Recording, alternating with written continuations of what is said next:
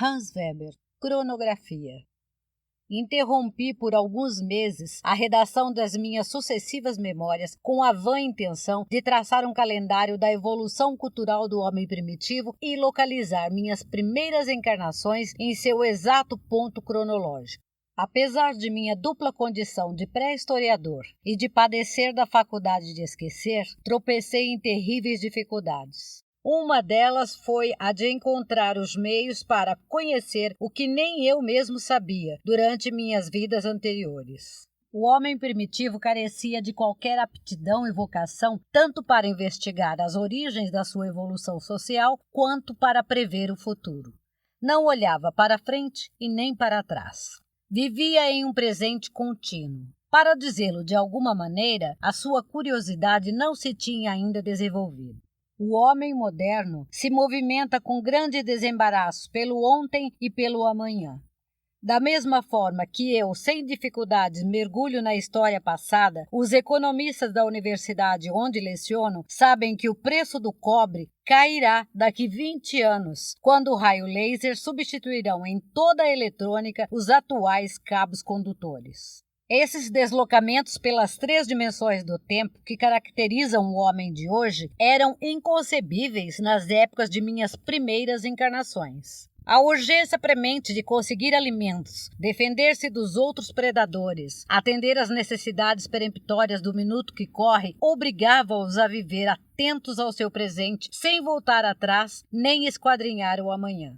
Durante minha segunda memória, fabricávamos utensílios, utilizávamos o fogo e usávamos a lança para a caça. E se tivesse meditado sobre isso, ter-me-ia parecido inconcebível que não tivesse sido sempre assim, porque ignorava que tivera uma primeira vida que tais coisas não configuravam nas bagagens do homem. O mesmo acontece em minha quarta memória. Naquele tempo conhecíamos o arco e a flecha, e a fabricação do fogo à vontade não era novidade para ninguém. Cobríamos nossos corpos com peles de animais mortos e não andávamos nus como em minhas 3 primeiras encarnações. Ah, mas não foi sempre assim? Ter-me-ia perguntado de novo, na hipótese de alguém insinuar-me o contrário. No anseio de estudar o passado do homem, anterior ainda aos primeiros sinais de escrita, é relativamente moderno. E desde que fui Monsieur de Prignac até hoje, a paleontologia desenvolveu-se vertiginosamente, sobretudo no que se refere ao conhecimento da antiguidade do homem. A cada novo achado, nos retrotraímos milhões de anos para épocas cada vez mais remotas. Somos muito mais antigos do que o que chegaram a imaginar meus amigos Brill e Obermeier. Não era segredo para mim que, para traçar minha cronologia, deveria confiar de preferência na ciência, e não em minhas experiências vividas. Se eu me tivesse reencarnado ininterruptamente, de geração em geração, não teria nada a aprender. Me contentaria com relatar o que era já sabido. Mas não foi assim. Tive o privilégio, já o dissemos antes, de assistir ao que creio ter sido a primeira fabricação de uma fogueira. Mas como posso assegurar que outras tribos, em outros lugares da Terra, não o fizeram antes? E, admitindo-se como certa a primeira hipótese, não estive presente a domesticação do cavalo, a liga dos metais como o estanho e o cobre, ou a confecção do primeiro tecido em fibras vegetais, esparto, linho e algodão. Quando fui encarnado na menina Clô, a dos tristes destinos, já vestíamos roupas feitas com telas fabricadas por nossas mãos, e nunca teria entendido que essas toscas peles de animais com que nos cobrimos apenas para dormir, nossos ancestrais já estivessem utilizado para proteger-se do frio ou cobrir as suas vergonhas. E muito menos que, remontando-nos ao tempo e ao longe de milhões de anos, homens e mulheres vagassem desnudos como bestas. Tampouco tenho qualquer experiência direta sobre a última glaciação, que situo entre a minha primeira e minha segunda memória. E bem o lamento, porque nesse tempo nasceu a arte, e não só a pintura, a escultura e a ornamentação, mas com toda a probabilidade a música. Digo-o porque, sem ter conhecimento diretos de muitos sucessos fundamentais na evolução da cultura do homem e sem poder contribuir com dado algum sobre o que pensavam os indivíduos nos quais encarnei a respeito do passado da sua própria espécie, pois, como já vimos, não se ocupavam disso. Minhas vivências pessoais carecem, para o caso que nos ocupa, de qualquer valor. Outra das grandes dificuldades, e talvez a maior, com que tropecei para traçar um calendário da evolução cultural é a da simultaneidade em uma mesma época de graus diferentes de civilização. Por exemplo, quando fui clô, praticávamos a magia, o tecido e a agricultura, mas vivíamos ainda em cavernas e os únicos materiais que conhecíamos para fabricar instrumentos era a pedra, o osso, o barro, a madeira, o junco, o esparto, o linho e o algodão. Não obstante, do outro lado do Mediterrâneo, havia raças que castravam os bovinos para amansá-los e poder utilizá-los no transporte. Conheciam a roda, fundiam o cobre e navegavam a vela, porque souberam domar o vento. Ainda hoje, convivem no planeta aqueles que se dispõem a dominar o espaço exterior, com os trogloditas filipinos, os antropófagos australianos, as tribos neolíticas da África Central e os selvagens da selva amazônica que pertencem à cultura dos caçadores-colhedores de alimentos do Quaternário. Por isso, é preciso utilizar com suma cautela a divisão da pré-história em diferentes etapas, segundo os graus da evolução cultural. Porque, se tais etapas se dão simultaneamente ainda hoje em dia, naquelas remotíssimas idades em que não havia outros meios de difusão, senão a experiência acumulada, o contágio cultural era muito mais lento. E, por conseguinte, a simultaneidade dos diversos graus de civilização muito maior e mais duradoura. É sem dúvida evidente que no Paleolítico inferior ninguém tecia e que no superior ninguém fundia metais. Mas durante a longa evolução neolítica, em que tais artes já eram utilizadas, subsistia multidão de povos que não conheciam nem a fundição de metais e nem a fiação.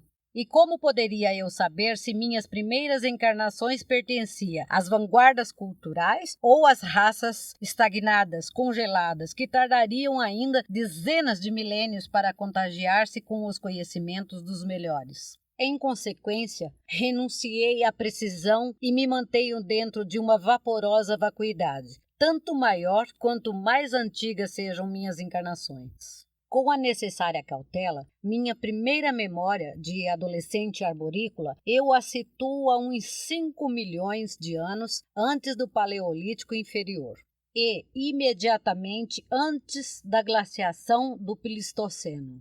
Provavelmente, fui contemporâneo dos australopitecos afarenses e pertenci a uma raça extinta, se bem que antecessora do Homo habilis, a cuja estirpe creio ter pertencido em minha segunda encarnação, que situo a 3 milhões e meio de anos, época em que descobrimos o fogo, mas não o vestuário.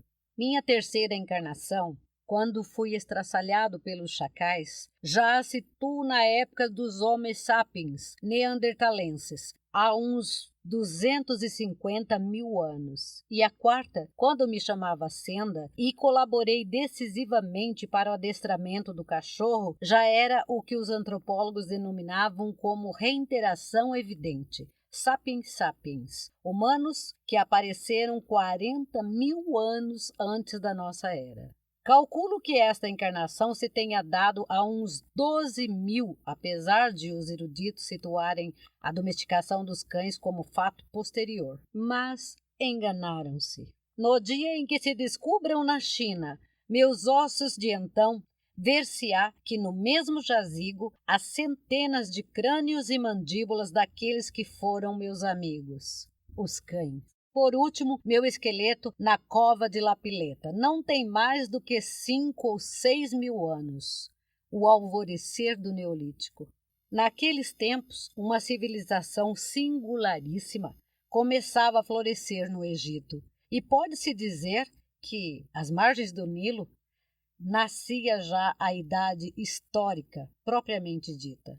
Daí que, sem grande risco de errar, inclino-me a crer que, quando fui a menina Clô, era contemporânea a Memes, o fundador da primeira das 30 dinastias dos faraós. Essa historicidade da que falo não se estende a outras regiões da Terra, além daquelas que legaram a escrita à posteridade. No resto do globo, subsistiam as sombras, como se verá em minha primeira memória, em que relato o que antes de agora não foi contado, o que ninguém soube, o que ninguém sabe, porque os hieroglifos em que se narraram a façanha de que participei e que mudou a face da terra, não tiveram uma pedra roseta que os decifrasse, e embora se conservassem até hoje em dia em incontáveis muros e em códigos escritos em cascas de árvores, ninguém, até agora, soube traduzir-lhe o significado incógnito.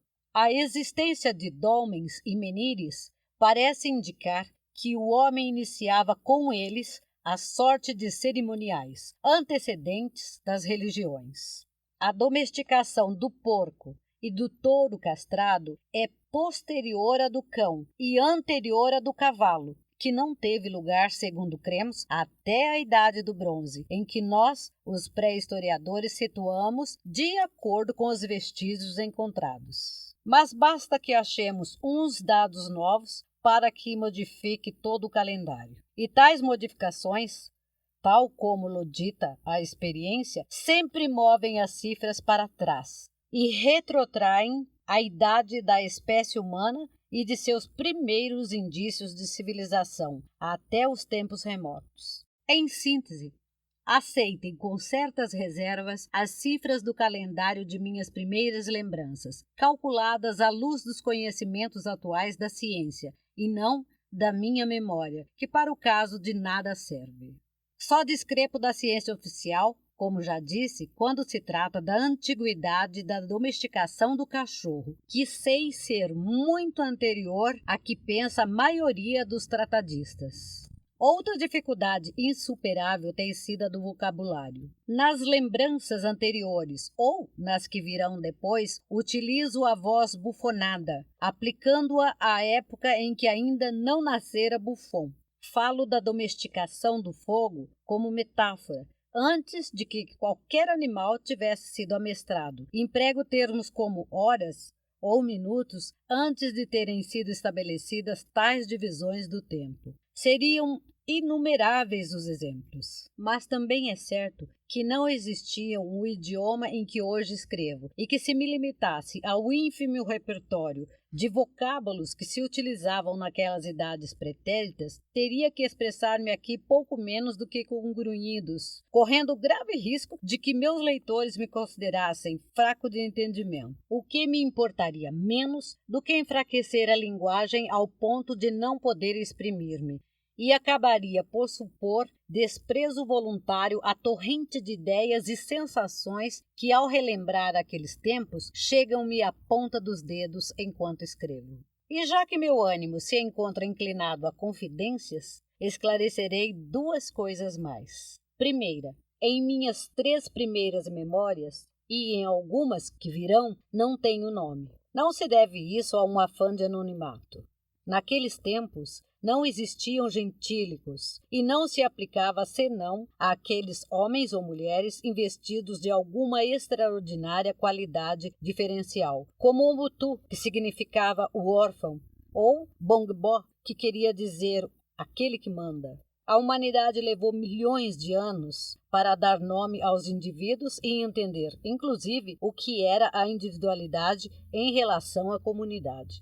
Segunda, a ordem em que situo minhas primeiras memórias é rigorosamente certa no que tange às 4 primeiras. Mas, a partir daí, a exatidão se deve entender somente pela ordem em que as relembro, quero dizer, em que as faço aflorar a consciência. Porque, se dedicasse meu tempo a reconstruí-las todas, faltar-me-ia vida para recordá-las, e mais ainda para escrevê-las.